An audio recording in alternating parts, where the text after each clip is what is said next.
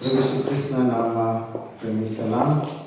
ને જે પ્રમાણે મેં શરૂઆતમાં કહ્યું કે આ મહિના દરમિયાન આપણે પ્રાર્થના ઉપર મનન કરી રહ્યા છે. અને આજનો જે મારો વિષય છે તે મધ્યસ્થીની પ્રાર્થના છે. આજે સવારે લગભગ 16 વ્યક્તિના બાપ્તિસ્મા આપવામાં આવ્યા પોલિટિકલ ચર્ચમાં. 16 માંથી આપણી મંડળીના 3 વ્યક્તિઓ હતા. એ 3 વ્યક્તિઓ જ ખાલી ખ્રિસ્તી બેકગ્રાઉન્ડમાંથી હતા. બાકી બધા નોન ક્રિશ્ચન હતા. એમાંથી લગભગ 10 થી 12 વ્યક્તિઓ એ મુસ્લિમ બેકગ્રાઉન્ડમાંથી હતા, હિન્દુ બેકગ્રાઉન્ડમાંથી હતા અને શીખ બેકગ્રાઉન્ડમાંથી હતા. જે હિન્દુ બેકગ્રાઉન્ડમાંથી જે ગયા હતા એનું નામ છે કિશોરભાઈ શાહ, ગુજરાતી છે. થોડા મહિનાઓ પહેલા અમે જે હાઈ સ્ટ્રીટમાં ઇવેન્જલિઝમ કરીએ છીએ ત્યાં અમને એમની મુલાકાત થઈ. ધીરે ધીરે અમને રસ બનાવ્યો, એમની સાથે વાતચીત કરી. દર શનિવારે જે અમારી શનિવારની અમારી જે હિન્દી સર્વિસ થાય છે એમાં આવતા થયા. પ્રભુ ઈસુ જાણ્યો, પ્રભુ ઈસુ ખ્રિસ્તનો સ્વીકાર કર્યો. એમના ઘરે ગયા, બાઇબલ સ્ટડી, આખું ઘર મૂર્તિઓથી ભરેલું હતું. એમને શિક્ષણ આપતું બાઇબલ, પ્રભુ એના જીવનમાં કાર્ય કર્યું. અને કોઈ એમની પર દબાણ નથી કર્યું, કશું કર્યું નથી. એમણે સામે આવી મારે બાપ્તિસ્મા લેવું છે. ખબર છે બાપ્તિસ્મા લેવાનો અર્થ શું થાય છે? પ્રભુ ઈસુ ખ્રિસ્તની પાછળ સંપૂર્ણપણે ચાલવું. તો કે હા, હું કહે છે કે આ બધી મૂર્તિઓ બધું હું ફેંકી દઈશ, કે છે કાઢી દઈશ. મારે કશું જોઈતું નથી, મારે પ્રભુ ઈસુ જોયા. મને પ્રભુ ઈસુ મળ્યા છે અને મારે એમની પાછળ ચાલવાનું છે. ઈશ્વરનો આત્મા એ કાર્ય કરી રહ્યો છે. એટલે આ હું એટલા માટે જણાવું છું, આ જે કાર્ય થાય છે એ કોઈ વ્યક્તિગત લીધે નહીં કે કોઈ એના લીધે. આ જે કાર્ય અત્યારે થઈ રહ્યું છે મુસ્લિમોની અંદર, હિન્દુઓની અંદર, આત્માઓ જીતાઈ રહ્યા છે, એની પાછળનું જે મુખ્ય કારણ છે અને એ તો પ્રાર્થના છે. પ્રાર્થનાના પરિણામે આ બધું કાર્ય થઈ રહ્યું છે. અને એટલા માટે જ આજે આપણે એ મધ્યસ્થીની પ્રાર્થના આપણા માટે વ્યક્તિગત રીતે તો આપણે પ્રાર્થના કરીએ છીએ. મધ્યસ્થીની પ્રાર્થનાનું મહત્વ શું છે, એની અગત્યતા શું છે અને કેવી રીતે આપણે એને કરવી જોઈએ, બાબત ઉપર થોડોક સમય હું ફોકસ કરવા માગું છું. જે અહીંયા આગળ આપણે જે શાસ્ત્ર વાંચન વાંચ્યું એની જે 5 થી 8 કલમ છે એની પર હું ખાસ ભાર મૂકવા માંગુ છું. અહીંયા ત્યાં એ પ્રમાણે જે એક દ્રષ્ટાંત પ્રભુ ઈસુ ખ્રિસ્ત એ દ્રષ્ટાંત આપે છે. 3 મિત્રોનું દ્રષ્ટાંત છે. તેણે તેઓને કહ્યું કે તમારામાંના કોઈને મિત્ર હોય ને મધરાતે તેની પાસે જઈને તેને એવું કહે કે મિત્ર, મને 3 રોટલી ઉછીને આપ, કેમ કે મારો એક મિત્ર મુસાફરીથી મારે ત્યાં આવ્યો છે ને તેની આગળ પીરસવાનું મારી પાસે કંઈ નથી. તો શું તે માહિતી ઉત્તર આપતા કહેશે કે મને તસ્તી ન દે? હમણાં મારી પાસે ખાટલામાં, મારા છોકરા મારી પાસે ખાટલામાં છે તો હું ઉઠીને તેને આપી શકતો નથી. હું તમને કહું છું કે તેનો મિત્ર છે તેને લીધે તે ઉઠીને તેને નહીં આપે, તો પણ તેના આગ્રહને લીધે તે ઉઠીને આપશે અને જોઈએ તેટલી રોટલી તેને આપશે. આ દ્રષ્ટાંત પ્રભુ ઈસુ ખ્રિસ્ત કહે છે. આનું જે કોન્ટેક્સ્ટ છે એ પ્રાર્થનાના સંદર્ભની અંદર આ કહેવામાં આવ્યું છે. શરૂઆતની જે 1 થી જે 5 કલમો છે ત્યાં આપણે વાંચીએ છીએ કે પ્રભુ ઈસુ ખ્રિસ્તના શિષ્ય એમની પાસે આવે છે ને પ્રભુ ઈસુ ખ્રિસ્તને કહે છે કે મને પ્રાર્થના કરતા શીખવો. અને પ્રભુ ઈસુ ખ્રિસ્ત ત્યાં આગળ જે આપણી લોર્ડ્સ પ્રેયર છે, પ્રભુની પ્રાર્થના છે, એ કરતા શીખવે છે. અને ત્યાર પછી આ બંને જે 8મી કલમ પછીનું જે બાબત છે તેવી પ્રાર્થનાને લગતું છે. અને બંને જે કોન્ટેક્સ્ટની વચ્ચે આ એક ઉદાહરણ આપે છે પ્રભુ ઈસુ ખ્રિસ્ત. અહીંયા 3 મિત્રોની વાત કરવામાં આવી છે.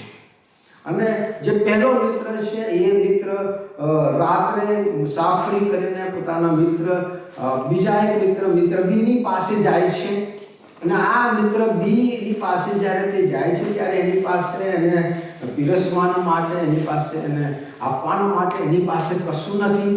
અને એટલા માટે આ જે મિત્ર બી છે જેની પાસે મિત્ર એ કે જે જરૂરિયાતમાં છે એ જાય છે, અને આ મિત્ર બી છે એ પોતાના મિત્ર સી ની પાસે જાય છે મદદ માંગવા માટે.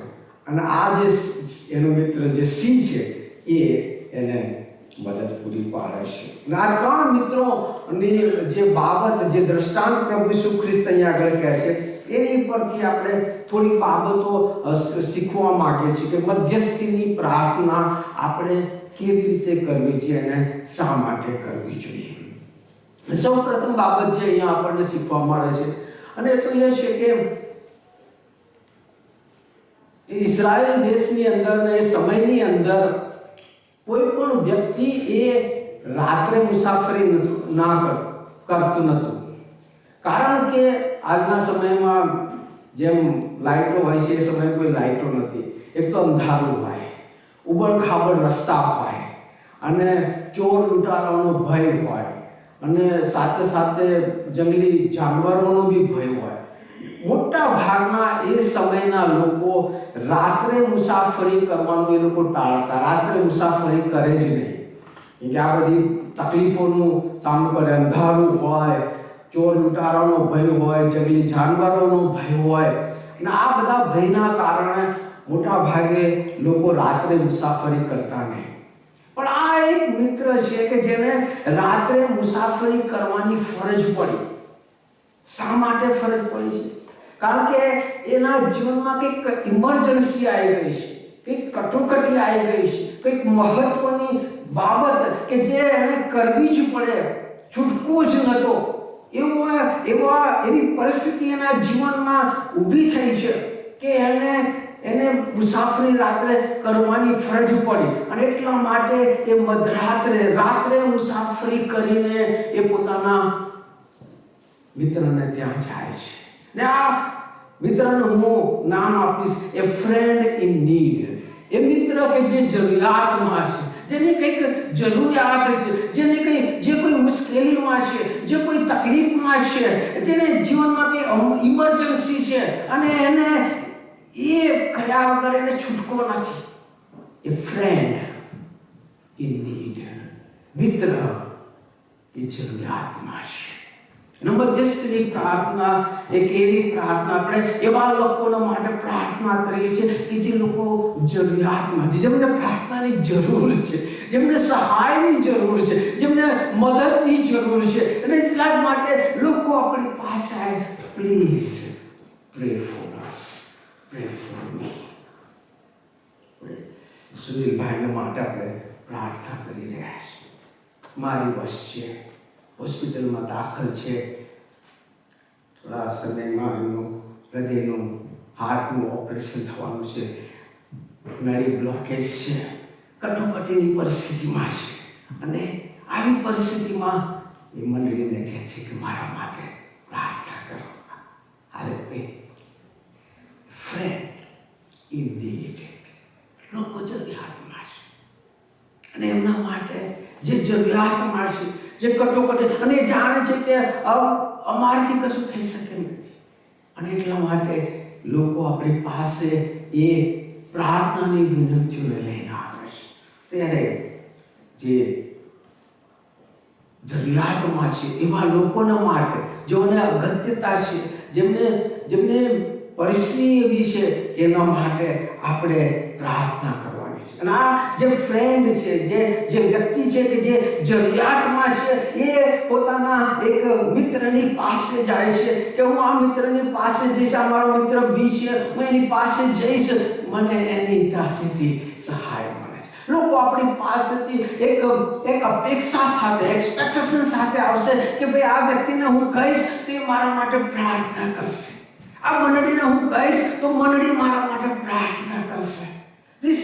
આ જે મિત્ર છે, મિત્ર એ છે, એ એક એક્સપેક્ટેશન સાથે પોતાના મિત્રની પાસે જશે કે હું આને ત્યાં મધરાતે બી જઈશ, એને ભલે તકલીફ આપીશ, મધરાતે બી હું એને જઈશ, હું દરવાજો ખખડાવીશ, એ મારા માટે દરવાજો ખુલ્લો કરશે, મને આશ્રય આપશે. હાલેલુયા. એને એટલો તો છે કે આ મારો મિત્ર મારા માટે મદદરૂપી રહેશે. અને લોકો આપણી પાસે એક્સપેક્ટેશન સાથે આવે છે. મંડળી પાસેથી લોકો એક્સપેક્ટેશન રાખે છે કે એટલીસ્ટ અમે જ્યારે મંડળીને અમે પ્રાર્થના કરવાના માટે અમે અમારી આજીજી અમારી વિનંતી કહીશું એ લોકો અમારા માટે પ્રાર્થના કરશે. હવે આ બીજું જે મિત્ર બી છે કે જેની પાસે આ મધરાતે આ મિત્ર આવે છે, પણ આ મિત્રની પાસે એના આપવા માટે કશું નથી, એની પાસે કશું નથી. અને એટલા માટે એ કે છે કે મારો એક મિત્ર છે, એ જરૂરથી મને મદદ કરશે. આ મિત્ર બી જેની પાસે મિત્ર એ મદદ માટે આવે છે, મિત્ર બી પાસે મદદ કરવાના માટે કશું નથી, પણ એ કહે છે કે મારી પાસે મારો એક મિત્ર છે, મિત્ર સી, એ મને જરૂર મદદ કરશે. હાલેલુયા. આપણે આ મિત્ર બીની જગ્યાએ આપણી જાતને આપણે મૂકીને જોઈએ. લોકો જ્યારે આપણે કશું કરી શકીએ નથી, એક પાંદડું બી હલાવી શકીએ નથી, આપણી પાસે એવી કોઈ યોગ્યતા નથી, એવી કોઈ લાયકાત નથી, એવું કશું નથી કે આપણે લોકોને મદદ કરી શકીએ. પણ આપણે જાણીએ છીએ કે આપણો એક મિત્ર છે, સ્વર્ગનો એક આપણો મિત્ર છે, જે આપણો રાજાઓનો રાજા છે, જે પ્રભુઓનો પ્રભુ છે, જે સર્વશક્તિમાન છે, જે સર્વસમર્થ છે. હા, હું એની પાસે જઈશ. એ મારી પ્રાર્થના, મારી આજીજી, મારી વિનંતી, મારા કાલાવાલા સાંભળશે. હાલેલુયા. આ મિત્ર બીને પોતાના મિત્ર સી પર ભરોસો છે. ભલે મધરાત છે, ભલે એ સૂઈ ગયો હશે, એની પરિસ્થિતિ ગમે તે હશે, પણ એને એક ભરોસો છે, એક વિશ્વાસ છે કે હું અમારા મિત્ર સીની પાસે જઈશ, એ મને મદદ કરશે. અને આ અગત્યની બાબત કે આપણો વિશ્વાસ એ આપણા ઈશ્વર પર હોય.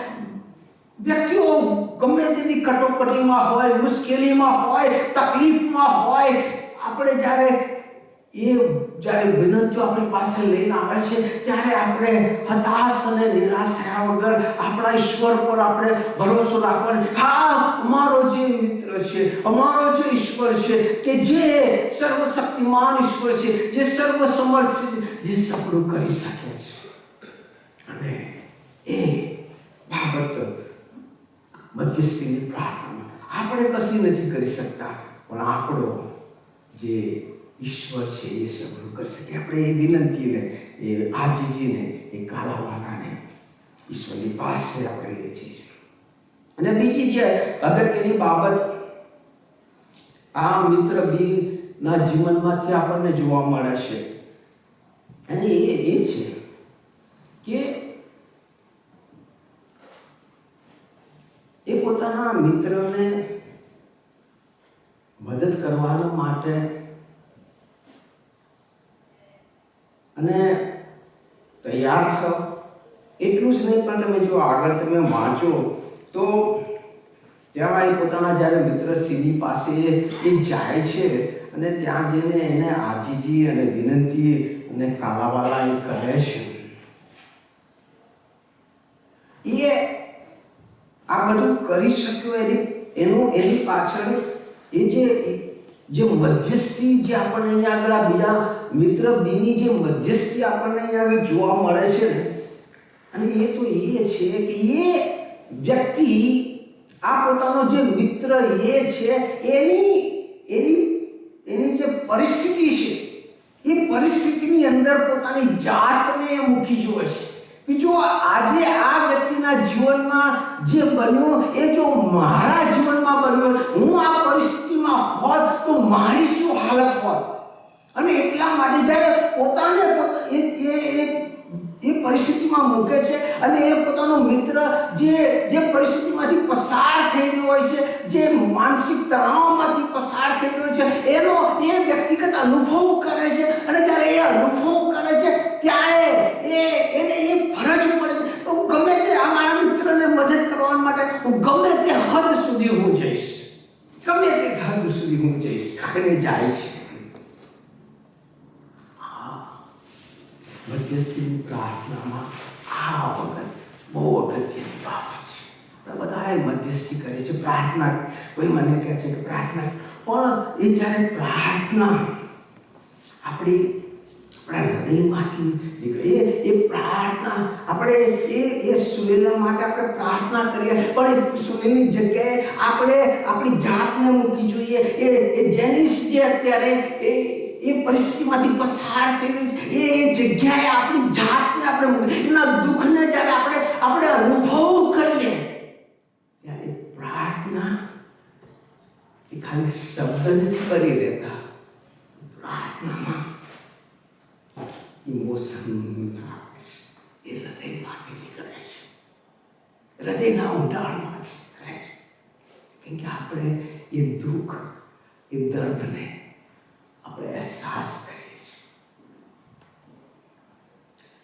નહેમ્યાનું પુસ્તક અને તેનો પહેલો અધ્યાય તેની 4th કલમમાં વાંચીશ. નહેમ્યાનું પુસ્તક પેલો અધ્યાય તેની 4th કલમ. જ્યારે આપણે 3જી કલમથી વાંચીએ. 3જી કલમ. તેઓએ મને કહ્યું કે બંદીવાસમાંથી જેઓ ત્યાં પ્રાંતમાં જીવતા રહેલા છે, તેઓ મહાસંકટમાં તથા અધમ દશામાં પડેલા છે. યરૂશાલેમનો કોટ તોડી પાડવામાં આવેલો છે, તેના દરવાજા બાળી નાખવામાં આવેલા છે. જ્યારે એ ખબર મેં સાંભળી, ત્યારે હું બેસીને રડ્યો ને કેટલાયક દિવસ સુધી મેં શોક કર્યો. આકાશના દેવની આગળ મેં ઉપવાસ સાથે પ્રાર્થના કરી. આ સાચી મધ્યસ્થી છે. યરૂશાલેમમાં લોકો અધમ દશામાં અને મહાસંકટમાં પડ્યા છે. નહેમ્યા રાજમહેલમાં છે, બહુ મોટી પદવી ઉપર છે, એસો આરામમાં છે, એને કશી પડી નથી. પણ કહે છે કે જ્યારે મેં મારા ભાઈઓ વિશે સાંભળ્યું, એમની દશા વિશે સાંભળ્યું, એમના દુઃખ વિશે સાંભળ્યું કે તેઓ અધમ દશામાં અને મહાસંકટમાં પડ્યો છે, ત્યારે આ નહેમ્યા એમના દુઃખને, એમના દર્દને અહીંયા મહેલમાં રહ્યો એ અનુભવ કરે છે, અહેસાસ કરે છે અને કહે છે કે હું દુઃખી થયો, મેં શોક કર્યું, મેં રુદન કર્યું, મેં ઉપવાસ કર્યો, મેં પ્રાર્થના કરી. કારણ કે એણે પોતાની જાતને યરૂશાલેમમાં જે દુઃખોમાં અને મુશ્કેલીમાં અને સંકટમાં હતા, એની જાતને તેણે ત્યાં મૂકીને એમના દુઃખને એણે પોતાના જીવનમાં યાદ કર્યું. This is true intercession. આ સાચી મધ્યસ્થી છે. જ્યારે આ પ્રમાણે મધ્યસ્થી કરવામાં આવે છે ત્યારે એ મધ્યસ્થી ઈશ્વર સાંભળ્યા કર્યા નથી. મધ્યસ્થી પ્રાર્થનાની એ પરિસ્થિતિને બદલે નાખે છે. એટલે આ પ્રકારની મધ્યસ્થી ઈશ્વર ચાહે છે. તમે મધ્યસ્થી જ્યારે કરો છો, કોઈ વ્યક્તિ એ વ્યક્તિના સ્થાન ઉપર એના દુઃખને, એના દર્દને અનુભવીને તમે કરો, તો એ જ્યારે હૃદયમાંથી નીકળશે, એ દુઃખ સહિત નીકળશે, ત્યારે સાચી મધ્યસ્થી બની રહેશે. અને ત્રીજી બાબત, જે આ મિત્ર, જે બી મિત્ર છે, એની ત્રીજી બાબત અહીંયા લખવામાં આવી છે કે 8મી કલમમાં એ પ્રમાણે લખ્યું છે. હું તમને કહું છું કે તે તેનો મિત્ર છે, તેને લીધે તે ઉઠીને તેને આપે નહીં આપે તો પણ તેના આગ્રહને લીધે તે ઉઠશે અને જોઈએ તેટલી રોટલી તેને આપશે. એટલે લખ્યું છે કે તેના આગ્રહને લીધે. આ મિત્ર સિંહની પાસે ઘણા બધા બહાના છે કે મારા છોકરા મારી પાસે સૂઈ રહ્યા છે, હું અત્યારે અડધી રાત થઈ ગઈ છે, હું ઉઠી શકતો નથી, બાણું ખોલી શકતો નથી. એની પાસે ઘણા બધા બહાના એને કર્યા હશે.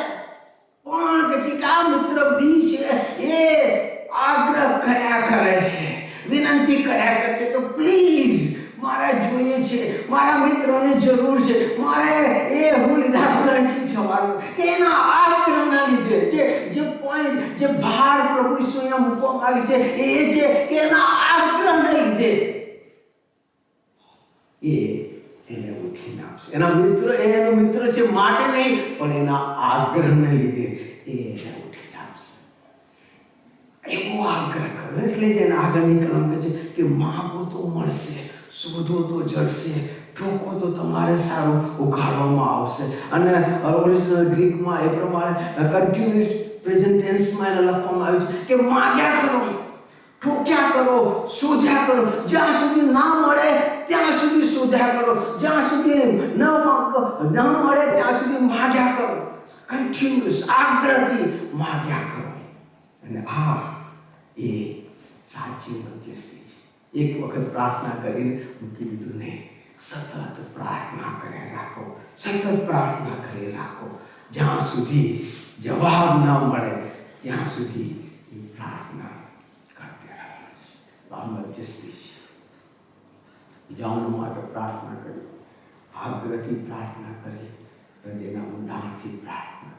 અને પ્રાર્થના એ પરિસ્થિતિને બદલી નાખે છે.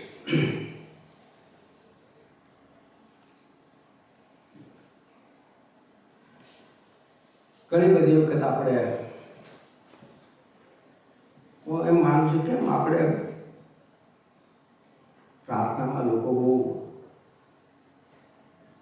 પ્રાર્થનાનું જ્યારે કહેવામાં આવે બહુ ઓછા લોકો, પ્રાર્થના સંગતમાં બહુ ઓછા લોકો હોય, પ્રાર્થના મિટિંગમાં બહુ ઓછા લોકો હોય. પ્રાર્થનાને આપણે એટલું બધું મહત્વ આપતા નથી. અને શા માટે આપણે એટલું બધું મહત્વ નથી આપતા?